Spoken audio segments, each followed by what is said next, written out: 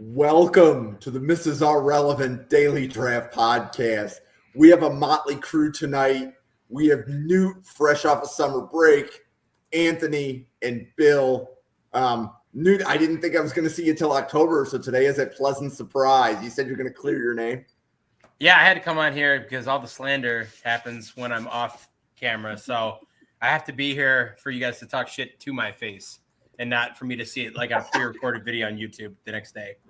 Oh, Newt, I love seeing you in the chat. No matter what side of the camera you're on, if you stop by the podcast, like you're making me really happy. So every time I see it, I click on it. Bill, good to see you this fine Thursday evening. Good to be back, Jim. Good to be back in the saddle with Anthony and with Mary or Newt or whatever he, she, they is going by today. I don't know which, but I'm ready to talk some tight ends and ready to chop it up because I got some feelings about this class that I don't know if are shared amongst the community or not. Anthony, how are you doing tonight, man? I am good. Always a pleasure to be with you, Bill. Newt, I don't even remember the last time we were together, but I don't think we've been together, truth be told, Anthony. You know what? I think it's the first time. I think you might be right, but wow. No, I'm here to love talking tight ends. This class is it's an interesting group. We'll get into it. But yeah, it's a rare Thursday appearance for me too. I'm actually usually asleep preparing for work. Straight days. Yeah. Oh yeah, and I'm 3 days this week. I'm working overtime for Jim, so that's going to be fun. Just be forewarned, he's not going to pay you for that one. This one's free. All free. Which I'll pay you time and a half. I'll pay you time and a half what I already pay you. Yeah, I'll make double. That's great. There you go. Dane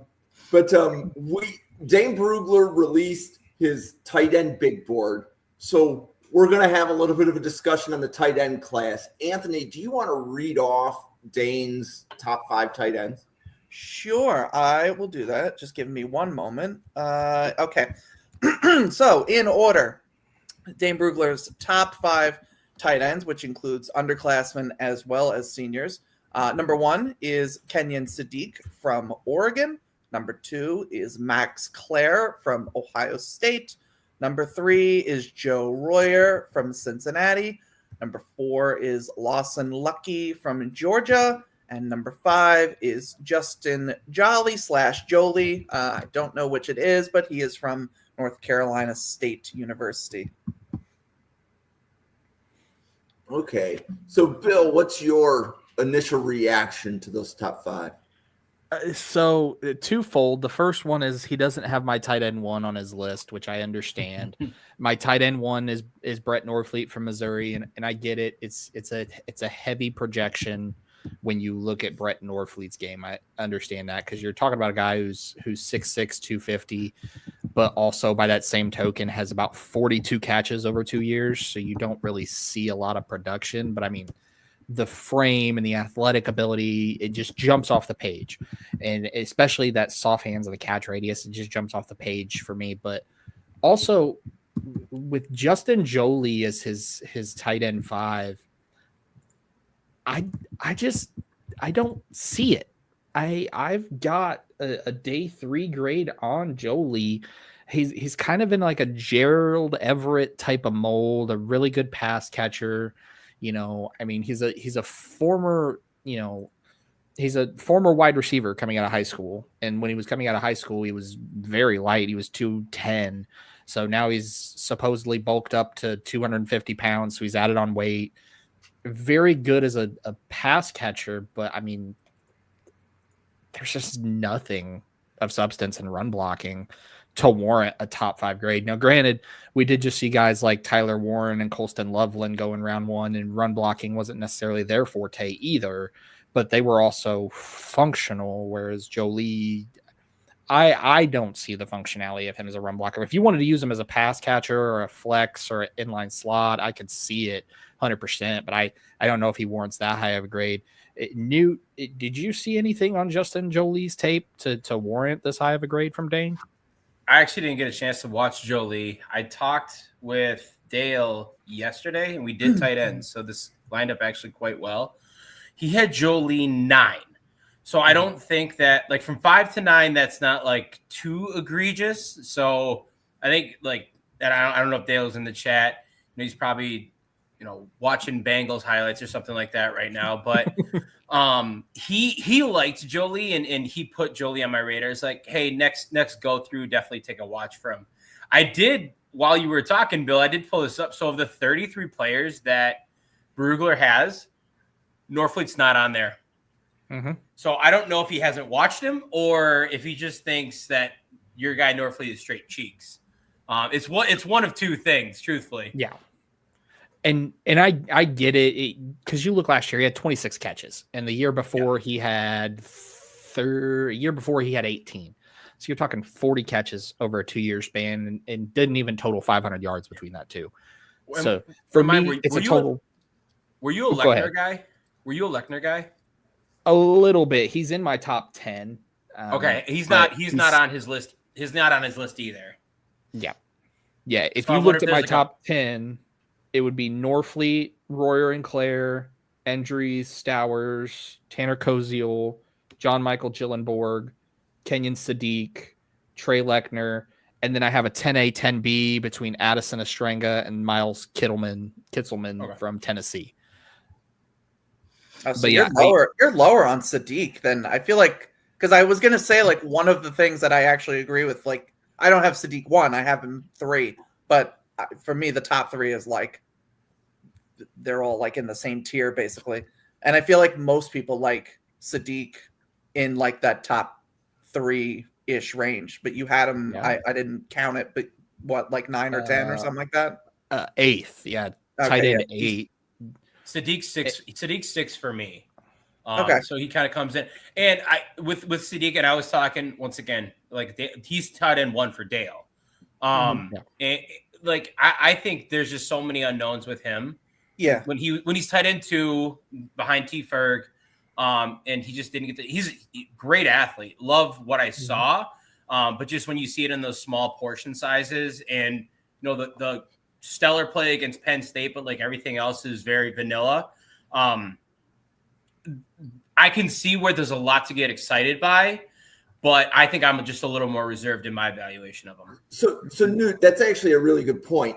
How many of the players that we're discussing are returning starters, right? Because Sadiq was not the starter at Oregon last year. Claire was not the starter at Ohio State. Yeah, but he was the starter at Purdue, though. Oh, okay. Yeah. As someone who watched Purdue football, that right. You can take that or leave that. I'm really going to count it? Sure. Yeah. I mean, he was probably the best football player on the field, maybe Marcus Bowe, but it's like it's one of those two. We're easily the best football player in the field. I thought about this the other day because I watched Claire, like I guess it was like last week or whatever.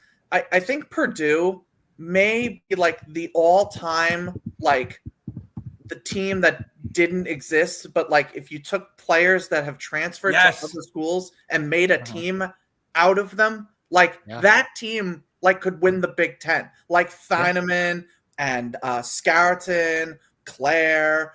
Wasn't Deion Burks? Deion Burks was there. Cole Brevard, who's now at Texas. Like there's so many good players that have left Purdue. And I'm just like, man, the recruiting, hell of a job recruiting. But just everything after that was a mess. Fell apart. Yeah.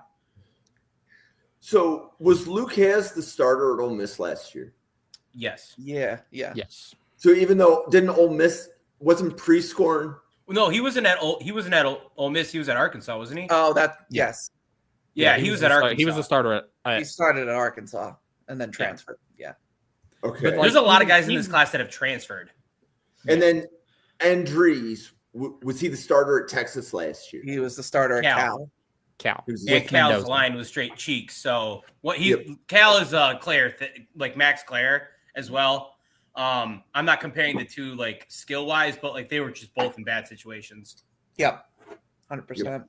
So we have a significant number of tight ends that, while they were starters at one school, the school we're ranking them as we don't have a lot of film of them in that offense. Okay. No. Right? Tanner No. Koziel is another one.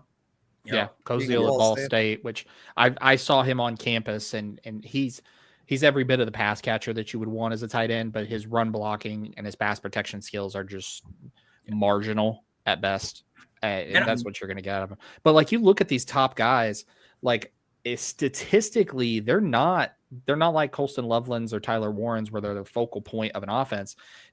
Joe Royer probably had the most catches of any guy in that top 5 with 50.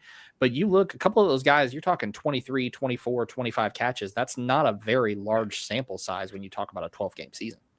And I think all of those guys they made those steps to like put themselves in a situation to be more competitive and, take on a bigger role. Obviously, going from Purdue, going from Cal's situation last year, Koziel trying to go to Power 4 football. Terrence Carter going to Power 4 football. And a lot of those guys that I see as transfers are, doing it to get themselves into a situation where, they are either surrounded by mediocre talent at a high level, or they're surrounded by mediocre talent at a mediocre level. Yep. I would say if you look at that top 5, the top 5 that we listed at the start of the hour, the one that probably is the one that's returning to a decent situation that's trying to build off of it, and decent's not really the right word, but Justin Joly from NC State, because he performed at NC State last year and had 43 catches, but also spent 2 years at UConn. So you kind of have that in your head, and then you have a year of NC State. Now this is going into his 4th season, and we haven't really seen him put it together yet. So that's one of the reasons I'm lower on him, because at this point in his development cycle, we should have seen something somewhere between either he played well against lower level of competition at UConn, or he played well against NC State going up to that next level, and we just haven't seen it yet. That's the one thing about this class that isn't really talked about that much, is there's a lot of guys with a lot of question marks in different areas that you need to put another form of tape on him to kind of figure out what you're going to get. So do we think that, because this conversation's kind of had me thinking about, like, one of the knocks with Colston Loveland this past draft was that he didn't have like a great season, and the defense, the main defense, was his quarterback play was trash, and it was. And obviously it didn't really wind up hurting him that much because he wound up going top 10 anyway. I just feel like if you're one of these, like a Justin Joly, or, I mean, I know it's Georgia, but even like a Lawson Lucky and Oscar Delp, who Carson Beck was not it. I don't have a ton of faith in Gunnar Stockton. Like, I just feel like you want to transfer, like you want to do what Max Clare did and just get to a place where even if it's not the quarterback play, just the offense in general is going to score and is going to be productive. Because I don't think a lot of teams are going to give you the Colston Loveland treatment where it was like, we see how super insanely talented you are. You just didn't produce because the quarterback was bad. Like, I don't think a ton of guys are going to get that benefit of the doubt, I guess. So, like, is there any reason why you'd want to stay at like an NC State where the quarterback situation's not great there either, or any of these other schools, even like Joe Royer at Cincinnati? I don't think Sorsby's good, but he's not like amazing. I don't think, but yeah, no, I think. Bill, do you want to take it? I can wait. I would say I'll let you take it, and I'll bounce back off of you. Well, I was going to say, just like Anthony, the one thing that I would say, kind of like to push back on the Loveland example there, is Loveland had such a good sophomore season where I don't think, and I know this is probably going to like end up coming up, at least it sounds like for me and you, Anthony, you have the same idea. I think Bill is kind of in the same boat. Like, I don't think this tight end class is that good. There's no one last year where I'm like, oh, holy shit, that guy balled out. Like, sophomore, cannot wait till he hits his junior season. We're looking at, for me, my top like Royer, redshirt senior, Stowers, redshirt senior. Max Clare might be the guy that you can kind of make that case for, but he transferred. He was in a bad situation. Like he didn't have that, super studly year where he's like coming back to it.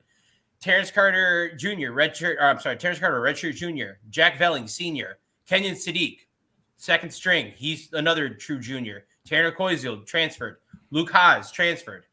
So it's like every guy that is a true junior has transferred, and then everyone else is, returned like a senior, a redshirt junior, redshirt, whatever it may be. So I don't think there's a dude in this class that has shown themselves yet.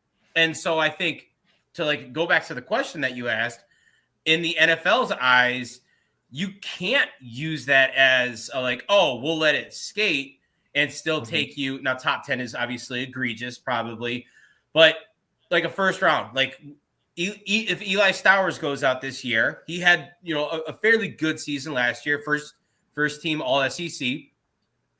If he goes out again this year and he is like, kind of okay, but some of the quarterback play isn't quite there. I'm not trying to like pull down God, who's a quarterback at Vandy, the really fun Diego Pavia. Yeah, Diego. Like I think Diego's gonna be fun no matter what. I don't think he's necessarily an NFL caliber quarterback because of his size, but I think it's gonna be fun. And so I think like maybe that's one that you could say is like Stowers. But like once again, he returned for a reason. He didn't have the film last year to warrant that, like, mediocre now, next season can be mediocre and still I'm going to get, a first round pick. Yeah, 100%. And the other thing too, is when you talk about some of these guys that transferred like Max Clare and Jack Indries, yeah, they're transferring to bigger schools like Ohio State and Texas, but those quarterback positions are in flux. Ohio State, we don't know what we're going to get with Julian Sayin. Texas, we saw Arch Manning in limited action last year, so we don't know, is he going to take that upswing or is there going to be some growing pains? Oregon, going from Dylan Gabriel to now Dante Moore. You look at other schools like Luke Haas now at Ole Miss. They don't have Jackson Dart anymore. It's now Austin Simmons.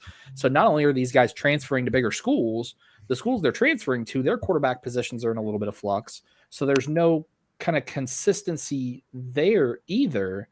So with tight end play, there is some form of, you have to have ownership as a quarterback. Like the quarterback has to make the tight end look good in some aspects, but also the tight end has to look good themselves for the quarterback. It's a two-way street. So if you have these young quarterbacks coming in and these new starter quarterbacks, they're trying to get their feet wet. You have a tight end that's coming in and saying, hey, I'm transferring to get my name out there and get their feet wet. So now it's a two-pronged system. And I don't know, it's going to be a discussion on how they kind of commingle with each other. Yeah, I agree. Yeah, I agree. And I guess too, because I think we all are in the same boat. This tight end, there is no Colston Loveland, there is no Tyler Warren. I don't Brock have Bowers. Brock Bowers. This isn't right? a class. No, I don't have a tight end. My highest one I think is going to be Stowers at like the 70-ish range on my board. And to be fair, like Tyler Warren was not Tyler Warren this time last year. Sure.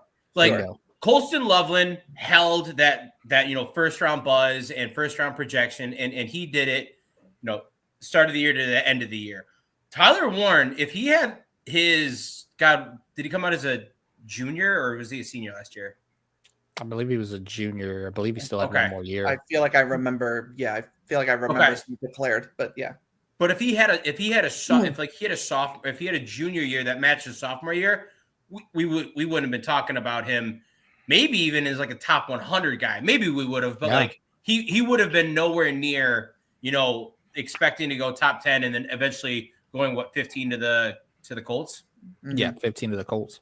And the other thing too with that, also we had a lot of people were really high on Harold Fannin the first month of the season, and then he started to slide down. Combine season ended up going in the third to Cleveland.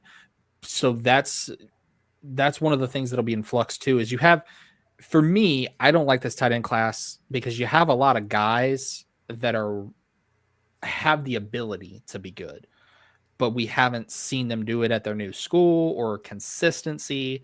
There's a lot of projection involved. And when you're in summer scouting, you want to project a little bit. That's why I have Norfleet as my tight end 1, because it's a projection. But also, by the time you get to Halloween, that projection could fly out of a 12-story window and you look crazy. So Yeah. I think that's kind of where we're at with this class. I want to build on that, because actually, Anthony, I think you said something a few minutes ago about where I think you said your top tight end is going to be about player 70. Mm-hmm. Yeah. Right. Okay. So if we think of first round picks as immediate starters, a second round pick, you're expecting that player to start for you really soon.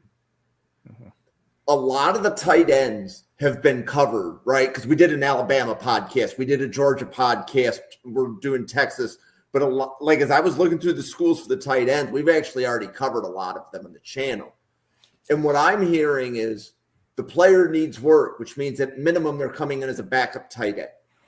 Yeah. They're not going to be a starter. Like they're not screaming starter or even plus starter.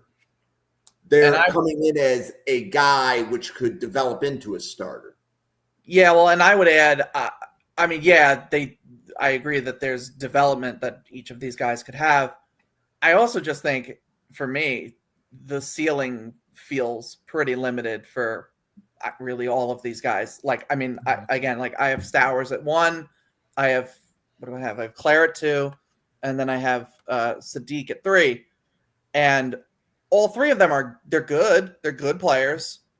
They are not projecting to the level that Colson Loveland would, or Tyler Warren did, or Brock Bowers did. Like, they just don't have, for me, right now, that kind of upside. Even, I mean, I was a big Mason Taylor guy, and I'm super thrilled the Jets took him. But like, I was a big Mason Taylor guy. Mason Taylor would be tight end 1 for me in this draft right now. And like, I'm trying to think, like Terrence Ferguson would probably be pretty close to tight end 1, if not tight end 1 for me. Go ahead. Yeah, and where I was going to go with that, right? So if you're thinking of who your team's tight end is, just like, who Cleveland's is or Green Bay's is, like, I think I know Cleveland. His name begins with like an N. But it's David Njoku. Yeah, good joke. Okay. Yeah. But if I'm drafting a tight end like that, that's a day 3 pick. Like, meaning he's not a game changer. So I don't know where Ngochu was picked. But the same thing like with Dawson Knox in Buffalo, right? I like Dawson Knox as my starting tight end, but he's not worth a day 2 pick. I think Buffalo's picked him in the 3rd round. But to me, a player like that isn't worth a day 2 pick if he's just a guy. He's a starter.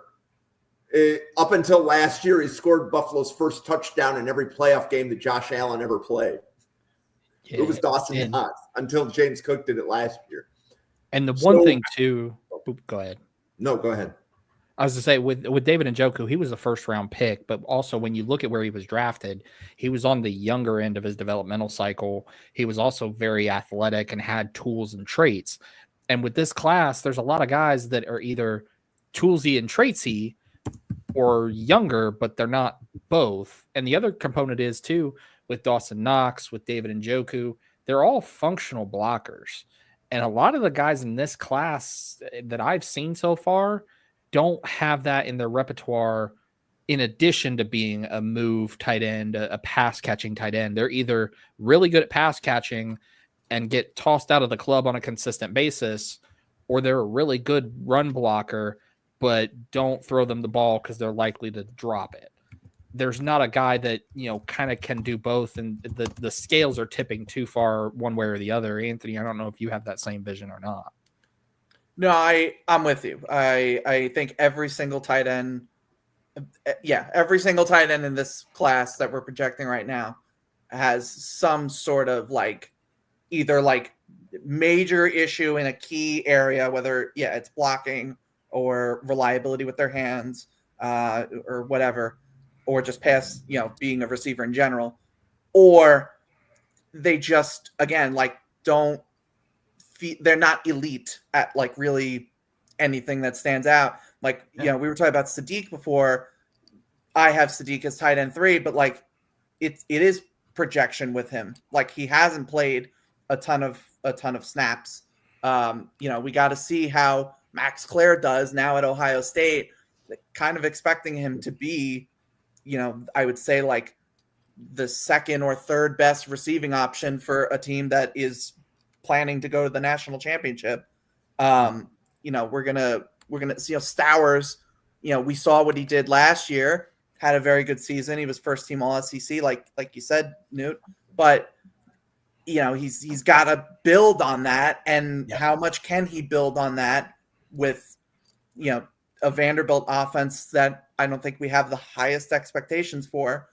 I don't have a ton of optimism, because even if Max Clare lives up to the hype and plays exceptionally well, if Kenyon Sadiq lives up to the hype and plays exceptionally well, and then like maybe a tight end that we're not even talking about right now can sort of have like a breakout season, I still don't think they're going to get to, again, like the Loveland, Warren, Bowers level of tight end. Like, I just don't see that world right now. So I got two things just to kind of bounce off that. And Jim, this goes back to the first thing you were saying about like tight ends and kind of being day one starter.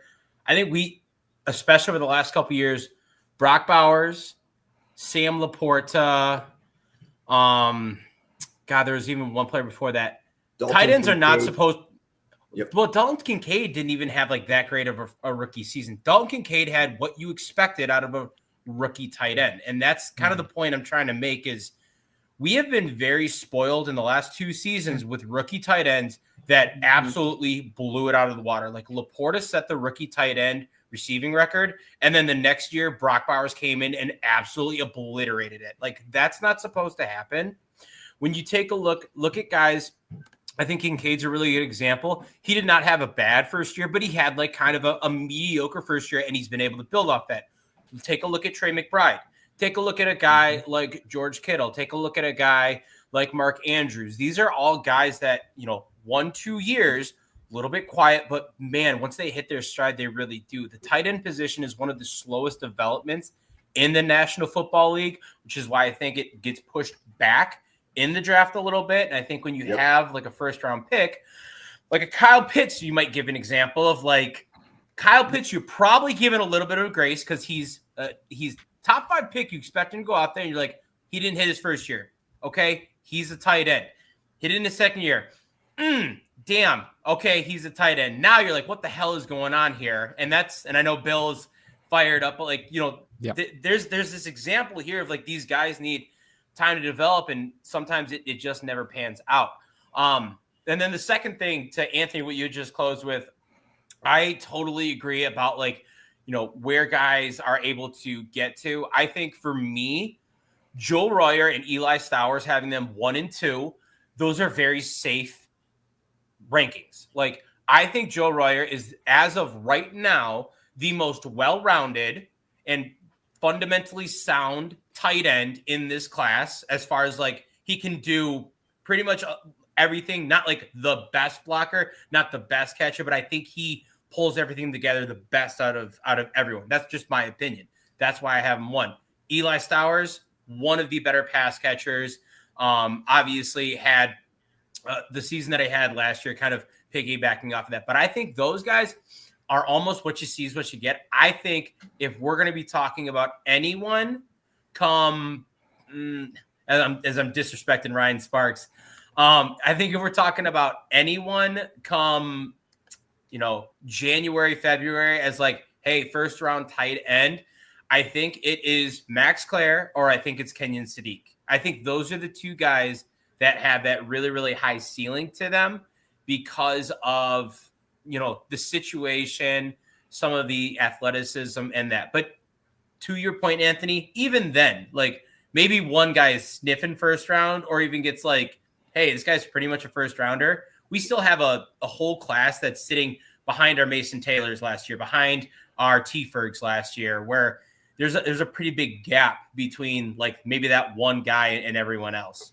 I do also think I'll just add quickly, I think it's worth noting that and I don't have like the numbers to back this up, but like Dane Brugler has 8 underclassmen listed out of 33 total tight ends that he's watched, which it does not seem like a lot to me, and I could be off base. Bill, I know he doesn't have your guy Norfleet, who I think is a junior, but like my point is, like, we're not, we don't see a ton of high end talent enough to where like we would expect a junior to come out early and be a high draft pick. Like there's 8 guys listed here, and like Claire, Sadiq, like I agree, Newt, like those are probably the 2 that I would say like have the best chance to elevate their stock the most this season to then enter first round conversations. Like again, I have Stowers 1,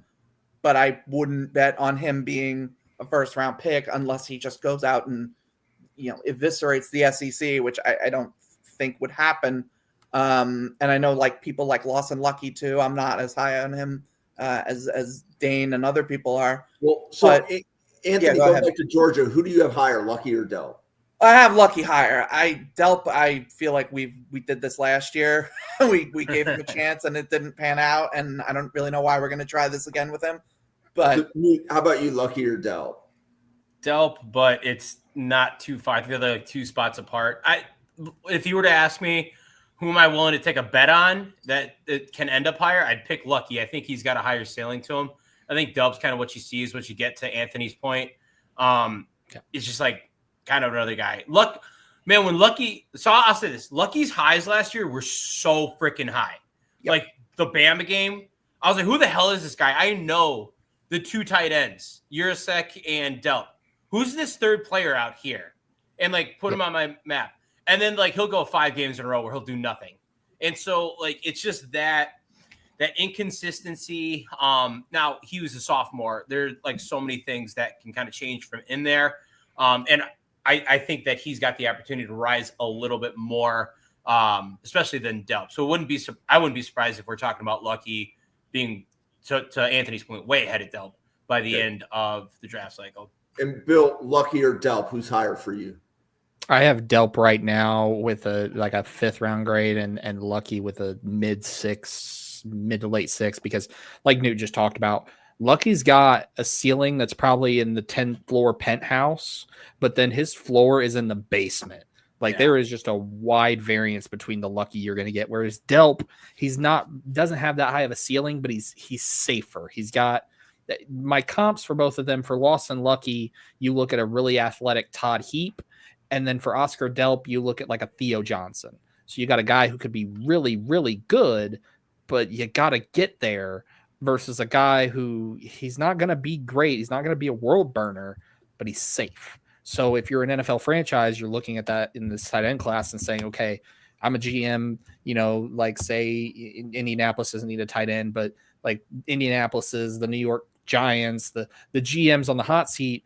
Are they going to be willing to take a flyer on a guy like a Lawson Lucky and hope that he develops in 3 years and that you're there to see it? Or do you take the safer Oscar Delp and say, okay, well, he's a safer guy. He's never going to really reach that ceiling, but I know that he's going to, be safe enough for me to keep my job long term. Man, Theo Delp had a 9.93 RAS, and he's just out here catching strays from Bill Sparks. I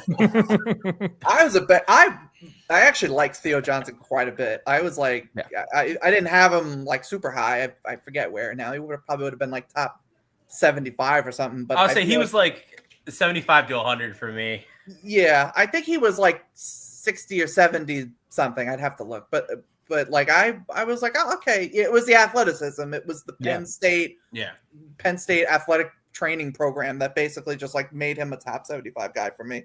But he's doing, for the Giants, he's a positive. He's getting by, yeah. But and the other thing too with this tight end class that isn't talked about enough is how many guys are in that like second tier that have the ability to jump up into that first tier. And I'm talking like the Tanner Koziels, the John Michael Gillenborgs, even the Trey Leckners from Washington State. There's a lot of guys, and even Lawson Lucky a little bit, but he's at Georgia. So we kind of expect Georgia players to be that guy. But there's a lot of like these smaller school guys that even like RJ Maryland, SMU, that, you don't think about them as NFL producing schools, but these are NFL talent players, but they're also at a smaller school. So now you have to have a conversation of, okay, what's the level of competition look like in a Wyoming for Gillenborg versus Georgia in the SEC versus Lucky? I feel like Gillenborg is going to be like, I guess, yeah. I think he's going to be pretty divisive because I feel like I was talking to Bill before we came on. Like I've seen Gillenborg like top 75, if not tight end 1 for some people. He is like, in the conversation for tight end 1 for some people. And and I think Bill, and I don't know where you have him, Newt, but like, I'm not like, I like him. I think he's good. I think he's like tight end 6 or 7 for me, which is pretty good. But like, I'm not like, oh man, this guy, like small school sleeper here. Like, I don't feel that like stoked about him as a player. He's tight end 7 for me. He's like Kobe Fleener when he was coming out of Stanford with Andrew Luck. He's like, this is a really good tight end 2. This is a fun tight end 2, but I don't know if you want him your tight end 1, your lead option. If you're running a lot of 12 personnel, give me some Gillenborg as a pass catching option. But I wouldn't rely on him as the top guy. Newt, do you have anything on Gillenborg? I just saw him kind of in flashes last year. Took a little bit of a look at him just because I didn't know if he was going to come out last year, because I know his name was like kind of popping around a little bit. But I don't see him as, I think you put it really well. High tight end 2. I don't see a world really where he's ever asked to like, be the dude. Yep. Mm-hmm. Yep. So do we have history of a tight end class, let's say, that was this wide open in the summer, that emerged with, like, because Tyler Warren wasn't just Tyler Warren. He was getting blue chip grades by the end of the draft cycle, right? He wasn't just a first round pick. He was a first round pick with a blue chip grade for some. How much of a history do we have of tight ends moving that high in one season, where they're just a guy right before the season begins, and now they become the coveted player come April? I would say probably 2022 is your best case for that, because your top tight end that year was Trey McBride from Colorado State. And going back that far, I had a 6th round grade on McBride, and there was buzz. There was like, hey, you got to check this guy out from Colorado State. Yeah. The same buzz we're having for Gillenborg, we were having for McBride. But ultimately, he also didn't go in. He went in the latter half of round 2, like the 23rd overall pick of round 2.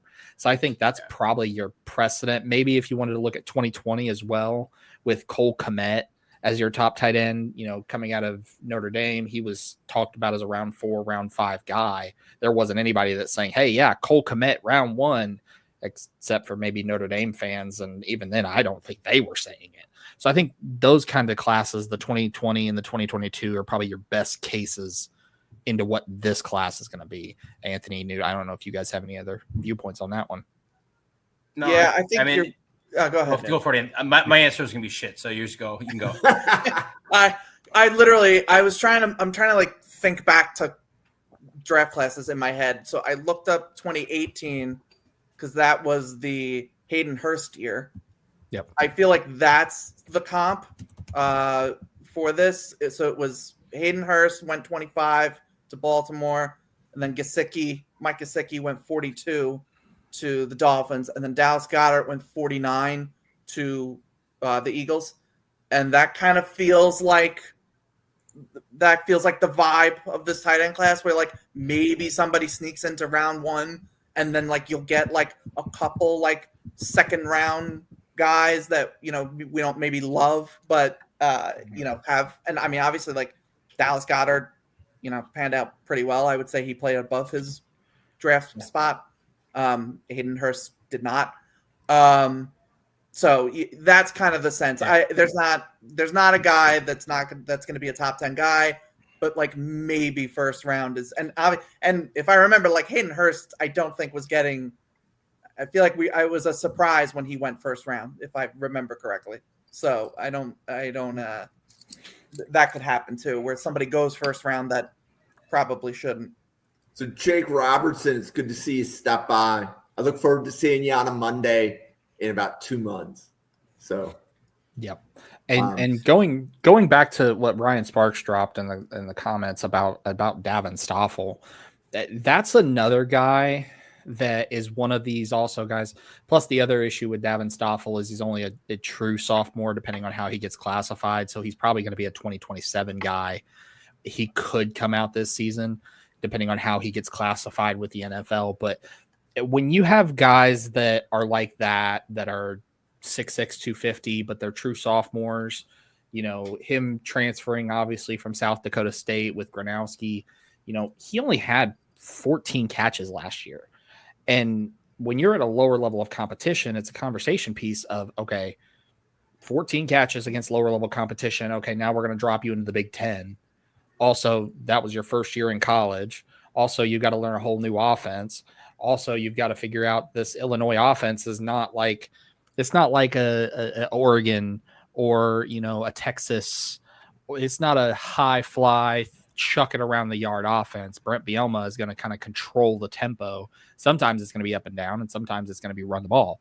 So when your conversation is you have guys like that are going to be the breakout guys, that also should show concern about the rest of the class as the whole, that, hey, this sophomore tight end who played 1 year of lower level competition and has some size that's now going to a new system, a new school, with the same quarterback, but a new system, new school, can break out and pass all of these other guys. That shows concern about what you have over here in column A. So that's kind of where I would be concerned with some of those like breakout candidates like that. If they're able to do that and rocket up a board, it shows how deep was that board truly to begin with.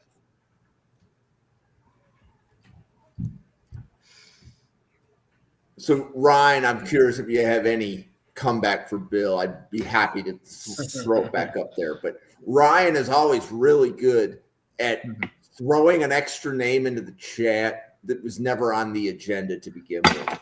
But that being said, we will see Ryan in about 40 minutes because he will be on the other side of the camera when we do TCU and Baylor at the top of the hour.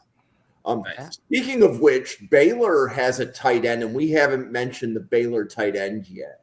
And it's funny you say that, Jim, because I was literally just about to mention him because I am quite a fan.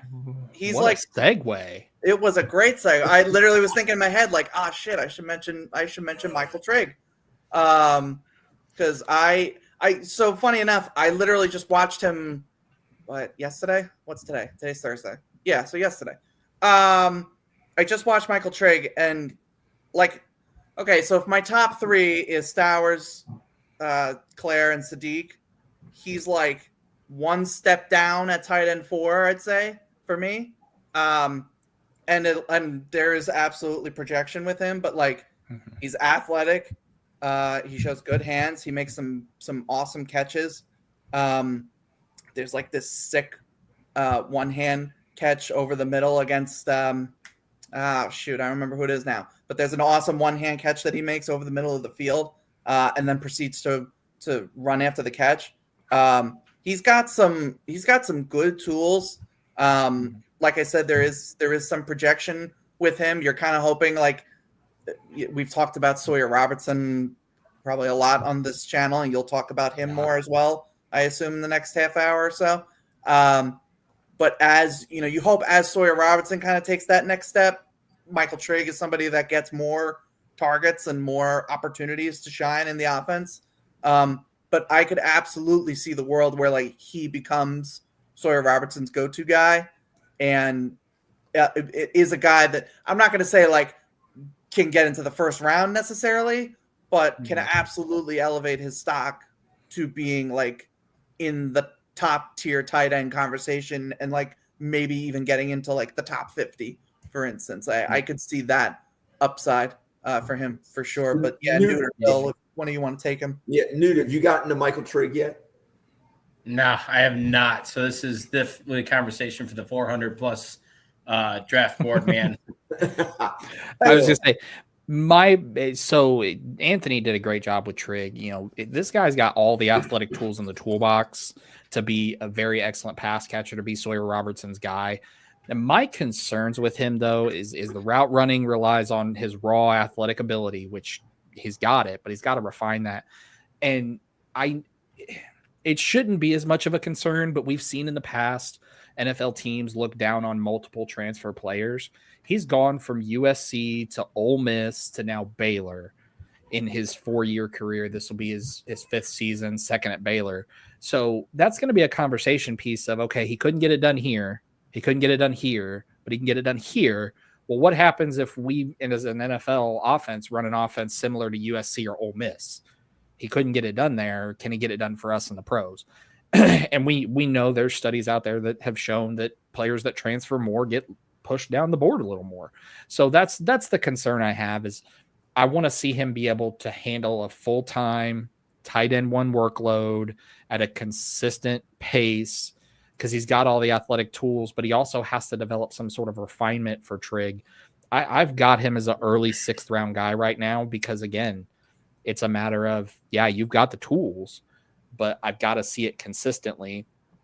The blocking, and again, going back to my earlier point about this class having really good pass catchers and really rough blockers, or vice versa, he's in that really good pass catcher, but the blocking technique is sporadic. The effort is sporadic. As a blocker as a whole, he's got to be torn down to the studs and rebuilt back up. And as a 5th-year player, at a certain point in your development cycle, you just don't have that. You either have it or you don't, and you can develop some functionality. So I think Trigg could get into the top 100, but where he's at right now, it would take a full season of seeing that on tape. So it's a projection. I will just say, as a spoiler / tease, I'm putting out my top 100 tomorrow, and Michael Trigg will be on it somewhere. Not that it's not that ridiculous. He's my tight end 4, but that will give you an idea of how much I personally am a fan of Michael Trigg. I think he's a good player, but I don't even disagree with really anything Bill said. There's absolutely work to be done as a route runner, work to be done as a blocker. The multiple transfers isn't ideal, but I do think you're hoping that Baylor's offense can elevate, and with that, Michael Trigg can be a key part of that. And because listen, Baylor's got some players. I don't know, and I'm gonna tune in 9:00. We're gonna find out all about them. Every one of them is gonna get covered. But Sawyer Robertson, Anthony, we had a podcaster drop, so if you want to hop on, you can hop on and do the Baylor one too. I mean, I could do. Hey. I don't know. I probably don't know all of them, but I could certainly do most of them. Sawyer Robertson, Bryson Washington is like one of my running back crushes. Josh Cameron's at receiver with his freaking 34 jersey number, which okay, we can make it a party. But I also want to tease your tease, because Anthony will be revealing his top 100 on a podcast tomorrow, and I believe we agreed at 6 p.m. on Friday, right? Yep, 6 p.m. So I have it all. It's all ready to go. I have my 100. It's not changing, as much as I have like fits every now and again about like, do I have this right? And then I'm gonna hate it, but I have it. It's set. Yes, and I will unveil it on X and also on the Draft Professor podcast. So that's going to be a good time for sure. But if you really want me on the Baylor podcast, I mean, I can come on. But absolutely. You get to hang out with EJ Ryan. We have another guest coming on who's more of a college football guy. So absolutely, it should be a good time. Go ahead, Bill.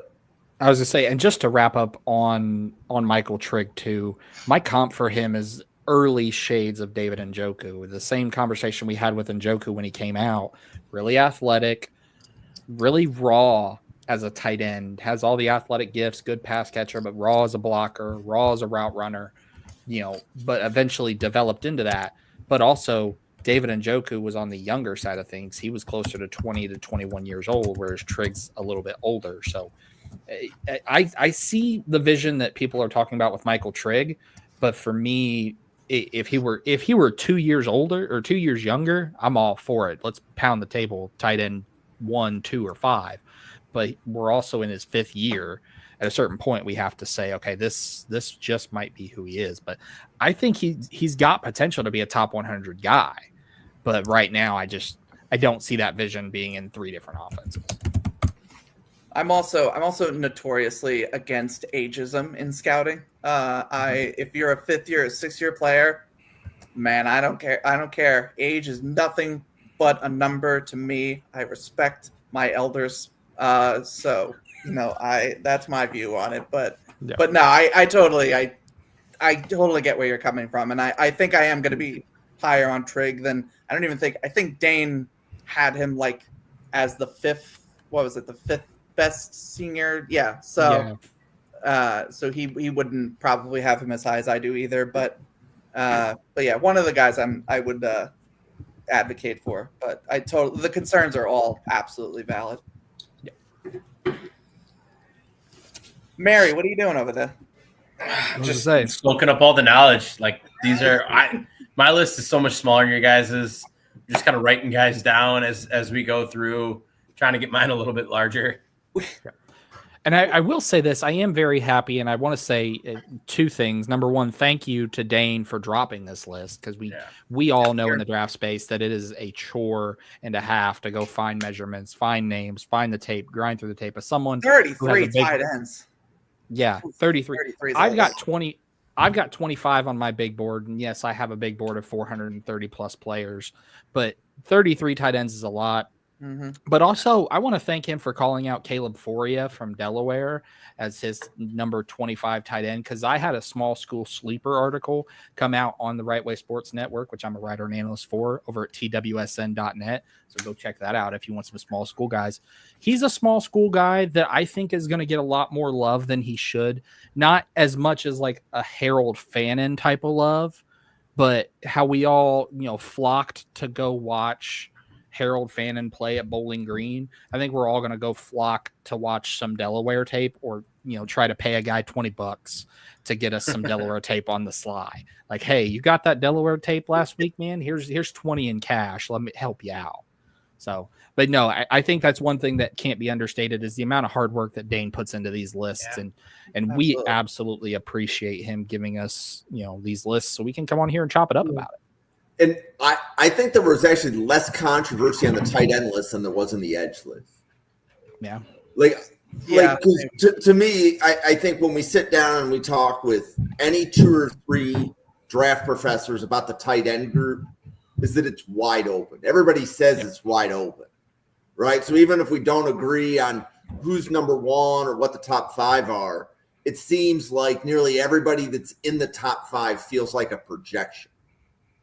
I think my other big takeaway for Dane's list, which has kind of been what we've basically said all night, is there is no consensus tight end 1 at this point. Like like you said, it is absolutely wide open. And there are probably, I'd say, like at least 4 or 5 guys where if you tell me next April X player is going to be tight end 1, I right now could be like, yeah, I could believe it. Like it wouldn't baffle me to see several of these guys emerge as the first tight end off the board. And that's what I think makes this whole process of summer scouting, but also this tight end group in particular, more interesting for us draft fanatics here. Yep. Mm-hmm. So let's pause for a quick commercial. Newt, you want to let everybody know all of the other podcasts that you're appearing on so that they can find all of your content. Let me open it. I think it's been said many times on here. No, I'll just say, so you can find me on app formerly known as Twitter at NFL Draft _Weston. I also run zerotechdraft.com, which is where I put all of my grades, my big board, kind of like start of, and then like all my player rankings on there. I also have articles and some links to some of the videos that I have done with Owen McCullough's channel on the Weekly Huddle. I'll leave it at that. Won't go any further. But yeah, you can check me out also Wednesdays come October talking about defensive linemen on Mrs. Irrelevant. Yes. We are psyched to have you back. Anthony. Yep. As always, you can find me at Anthony_Russo97 on X. Top 100 is coming out tomorrow. The unveiling will be 6 p.m. right here on the Mrs. Irrelevant podcast. Apparently, I'll be on in about 26 minutes talking about Baylor. And also tomorrow, what are we doing? Tomorrow's sleepers, right? Be sleepers for you guys. Draft sleepers at 8 after the 6 p.m. one, and then Saturday with Jacob Roach doing something. I'm like the opposite, Newt, where like I do a bunch of podcasts, but it's all the same place. But yeah, so find me at all of those respective podcasts and on my X. I'm putting out a bunch of draft content. I've watched I'm up to like 210 players or something like that now. Oh. So almost halfway to Bill.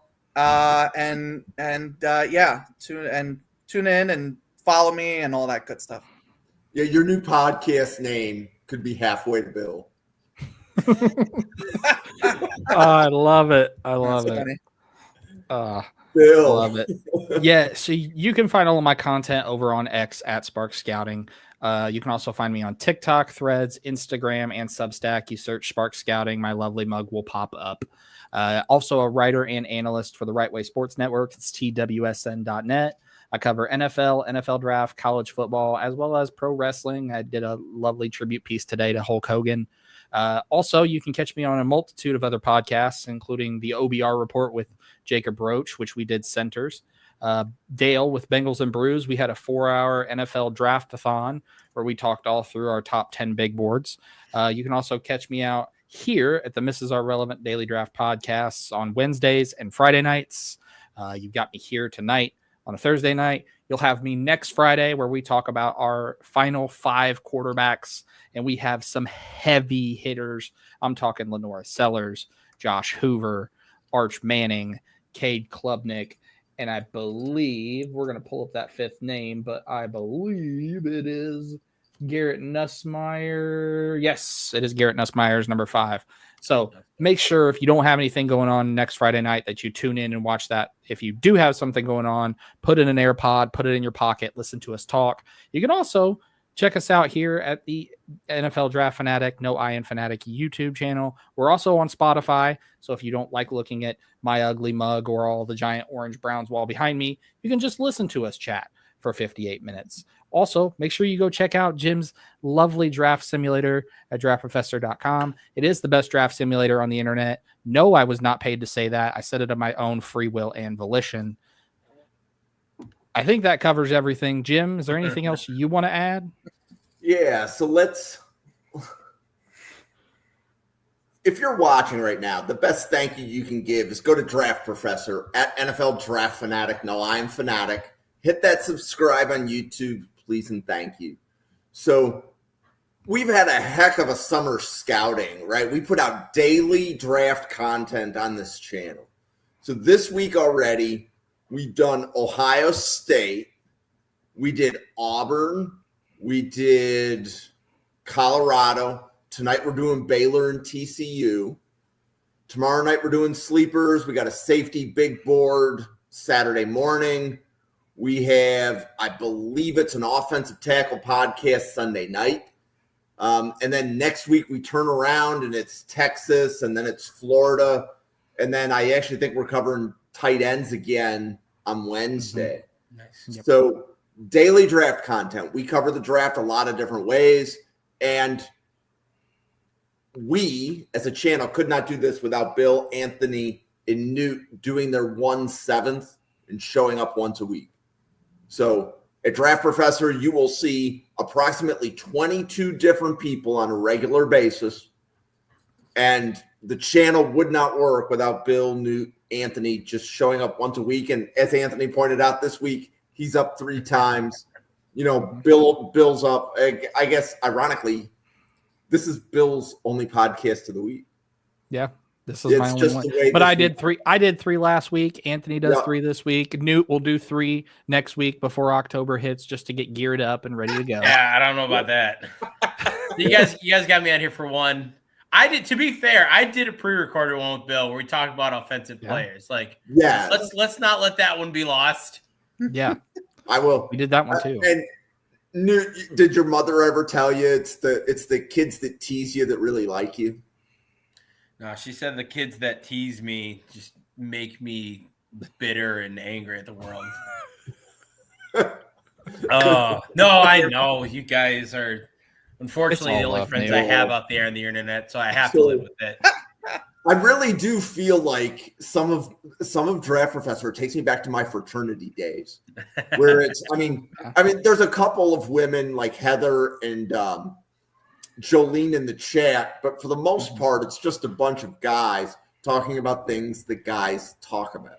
So, but that being said, we have been going for an hour. We have another podcast live in 20 minutes on the Baylor and TCU draft classes.